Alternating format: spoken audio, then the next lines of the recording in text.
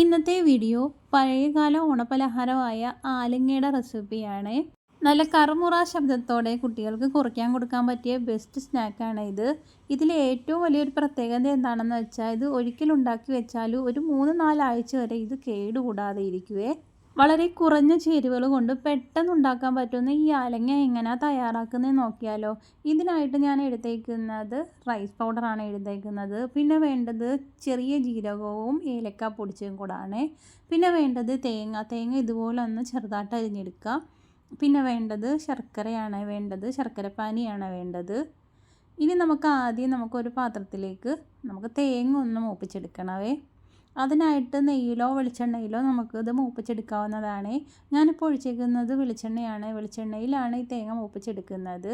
ഈ ആലങ്ങയിൽ ഇതുപോലെ തേങ്ങ കഴിക്കാൻ കിട്ടുന്നത് ഇടയ്ക്ക് നല്ലൊരു ടേസ്റ്റാണ്. അതുപോലെ തന്നെ നമ്മൾ ഇതേപോലെ തേങ്ങ മൂപ്പിച്ചിട്ടാൽ പ്രായമാർക്കൊക്കെ അത് കഴിക്കുന്ന ഒരു ബുദ്ധിമുട്ടുണ്ടെന്നുണ്ടെങ്കിൽ നമ്മൾ ചിരകിയ തേങ്ങ ഇതുപോലെ ഒന്ന് നെയ്യിൽ മൂപ്പിച്ച് അത് നമുക്ക് ശർക്കരപ്പാനിയിലൊന്ന് മിക്സ് ചെയ്ത് ഈ ഒരു മാവിലോട്ട് കൂട്ടി കൊടുത്താലും നമുക്ക് ഈ ആലങ്ങ ഉണ്ടാക്കാവുന്നതാണ്. ഞാനിവിടെ 1 കപ്പ് അളവിൽ റൈസ് പൗഡർ എടുത്തിട്ടുണ്ട്. അതിലേക്ക് ആവശ്യത്തിന് ഉപ്പ് ഇട്ട് കൊടുത്തിട്ടുണ്ട്. ഒരു നുള്ളു ഉപ്പ് ഇട്ട് കൊടുക്കുക. പിന്നെ വേണ്ടത് ചെറിയ ജീരകവും അതുപോലെ തന്നെ ഏലക്കായും കൂടെ പൊടിച്ചതാണ്. അതും കൂടെ ചേർത്ത് കൊടുത്തിട്ട് ഇതിലേക്ക് ആ ചൂടോടുകൂടി തന്നെ വേണം നമ്മൾ ഈ ശർക്കര പാനി ഒഴിച്ചു കൊടുക്കാനായിട്ട്. ആ ഒരു ചൂടിൽ തന്നെ വേണം നമ്മൾ ഇതിലേക്ക് ചേർത്ത് കൊടുക്കേണ്ടത്. എന്നിട്ട് നല്ല രീതിയിലൊന്ന് മിക്സ് ചെയ്യുക. വെള്ളത്തിൻ്റെ ആവശ്യാനുസരണം നമ്മൾ ശർക്കര പാനി ഒഴിച്ചു കൊടുത്താൽ മതിയേ. ചൂടിൽ തന്നെ കുഴയ്ക്കുമ്പോഴേ ചെറിയ രീതിയിൽ ആ മാവൊക്കെ ഒന്ന് വെന്തും കിട്ടത്തുള്ളൂ. എന്നാൽ നല്ല രീതിയിൽ വെന്തും പോകരുത്. നമ്മൾ ഈ ഇടിയപ്പത്തിനൊക്കെ കുഴയ്ക്കത്തില്ലേ, ആ ഒരു പരുവത്തിൽ തന്നെ വേണം നമ്മൾ എടുക്കാൻ. ശർക്കര ഒഴിക്കുമ്പോൾ ചെറിയ രീതിയിൽ തന്നെ ആ മാവും വെന്ത് കിട്ടുവേ. അതിനാണ് നമ്മൾ ആ ശർക്കര ചൂടോടുകൂടി തന്നെ നമ്മൾ ഒഴിച്ചു കൊടുക്കുന്നത്. ഈ ആലങ്ങയെക്കുറിച്ചൊക്കെ പറയുമ്പോൾ ശരിക്കും ഇതൊരു നൊസ്റ്റാൾജിയാണ്. പണ്ടൊക്കെ വറുത്ത ഉപ്പേരി, ശർക്കര വരട്ടിയൊക്കെ പോലെ തന്നെ ഓണക്കാലത്ത് മലബാറിലും മധ്യ കേരളത്തിലുമൊക്കെ വീടുകളിൽ ഒഴിച്ചുകൂടാൻ പറ്റാത്ത ഒന്നായിരുന്നു ഈ പലഹാരം. ഇന്നത്തെ പോലെ ബേക്കറി പലഹാരങ്ങളോ പാക്കറ്റ് ഫുഡുകളോ ഇല്ലാതിരുന്ന ആ കാലത്ത് കുട്ടികൾക്ക് ഓണസമ്മാനമായി അമ്മമാരൊക്കെ ഉണ്ടാക്കി കൊടുത്ത് അതും ഭരണികളിലൊക്കെ സൂക്ഷിച്ചു വെച്ചിരുന്ന ഒന്നാണ് ഈ ആലങ്ങ. ഈ ഒരു പലഹാരത്തിൻ്റെ പ്രത്യേകത എന്താണെന്ന് വെച്ചാൽ ഇതിൽ നമ്മൾ ആർട്ടിഫിഷ്യൽ കളറോ പ്രിസർവേറ്റീവ്സോ ഒന്നും നമ്മളിതിൽ ചേർക്കുന്നില്ലേ. ഇതിലേക്ക് നമ്മൾ മൂപ്പിച്ച് വെച്ചിരുന്ന ആ തേങ്ങയും കൂടെ ചേർത്ത് കൊടുക്കുന്നുണ്ട്. ഇതുപോലെ തേങ്ങാക്കൊത്തല്ല ചേർക്കുന്നതെങ്കിൽ നമ്മൾ ശർക്കരയ്ക്കകത്ത് തന്നെ ഒന്ന് തേങ്ങ വഴറ്റിയെടുക്കണം. എന്നിട്ട് വേണം നമ്മളിതിലേക്ക് ചേർത്ത് കൊടുത്താൽ നല്ലൊരു ടേസ്റ്റ് ആയിരിക്കുവേ. തേങ്ങാക്കൊത്തായിട്ടാണ് ചേർക്കുന്നതെങ്കിൽ ഇങ്ങനെ ചേർത്ത് കൊടുത്താൽ മതി. ഇനി നമുക്കിതൊന്ന് കുഴച്ചെടുക്കണം. നമ്മൾ ഇടിയപ്പത്തിന് കുഴച്ചെടുക്കുന്ന പോലെ തന്നെ കുഴച്ചെടുക്കണവേ.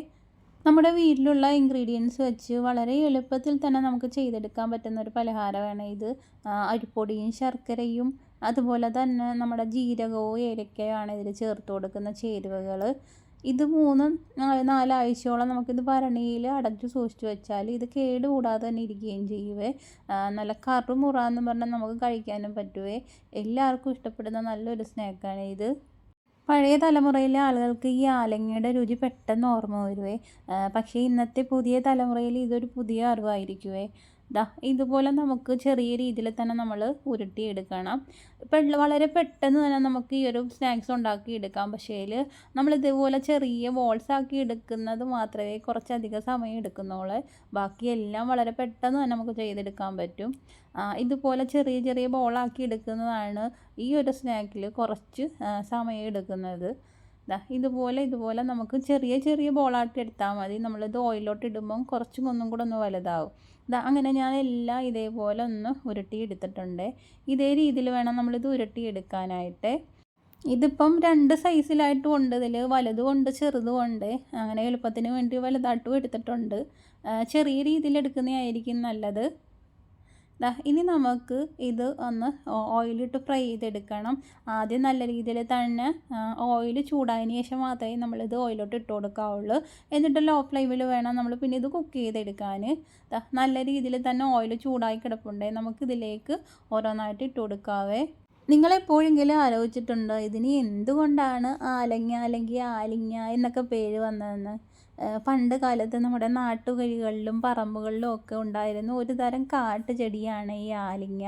ഇതിലുണ്ടാകുന്ന ചെറിയ ഉരുണ്ട കായ്കൾക്ക് നമ്മുടെ ഈ പലഹാരത്തിൻ്റെ അതേ വലിപ്പവും രൂപമായിരുന്നേ. ആ കായ്കളെ ഓർമ്മിപ്പിക്കുന്നത് കൊണ്ടാണ് പണ്ടുള്ളവർ ഈ നാടൻ പലഹാരത്തിന് ആലങ്ങ എന്ന് പേരിട്ടത്. കേൾക്കുമ്പോൾ തന്നെ ഒരു കൗതുകമായി തോന്നില്ലേ? ഇന്നത്തെ തലമുറയ്ക്ക് അത്ര പരിചയമില്ലാത്ത ഒരു പലഹാരമാണ് ഇത്. പണ്ട് കാലത്ത് ഓണത്തിനൊക്കെ വീടുകളിൽ നിർബന്ധമായി ഉണ്ടാക്കിയിരുന്ന ഒരു പലഹാരമാണ് ഇത്, ഈ ആലങ്ങ. ഇത് ഫ്രൈ ചെയ്തെടുക്കുന്ന സമയത്ത് ലോ ഫ്ലെയിമിലിട്ട് വേണേ നമ്മളിത് കുക്ക് ചെയ്തെടുക്കാൻ. ഹൈ ഫ്ലെയിമിൽ വെക്കരുത്. അല്ലെങ്കിൽ ഹൈ ഫ്ലെയിമിലാണ് വെക്കുന്നുണ്ടെങ്കിൽ പെട്ടെന്ന് കരിഞ്ഞു പോകും, ഉള്ളൊക്കെ വെന്ത് കിട്ടത്തില്ലേ. അന്നേരം ലോ ഫ്ലെയിമിലിട്ട് വേണം ഇത് നമ്മൾ വേവിച്ചെടുക്കാൻ. എന്നിട്ട് ഇടയ്ക്കൂടെ നമ്മളിതൊന്ന് ഇങ്ങനെ ഒന്ന് മിക്സ് ചെയ്തെടുക്കുമ്പോഴേ ഇത് രണ്ട് സൈഡും വെന്ത് കിട്ടത്തോളെ.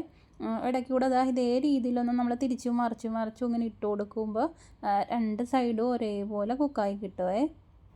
ഇതിപ്പം നല്ല ഗോൾഡൻ ബ്രൗൺ കളറായി വന്നിട്ടുണ്ട്. ഇനി പാകത്തിന് നമുക്കിത് എണ്ണയിൽ നിന്ന് കോരി മാറ്റാവുന്നതാണ്. പല സ്ഥലങ്ങളിൽ ഇതിന് പല പേരിലാണ് അറിയപ്പെടുന്നത്.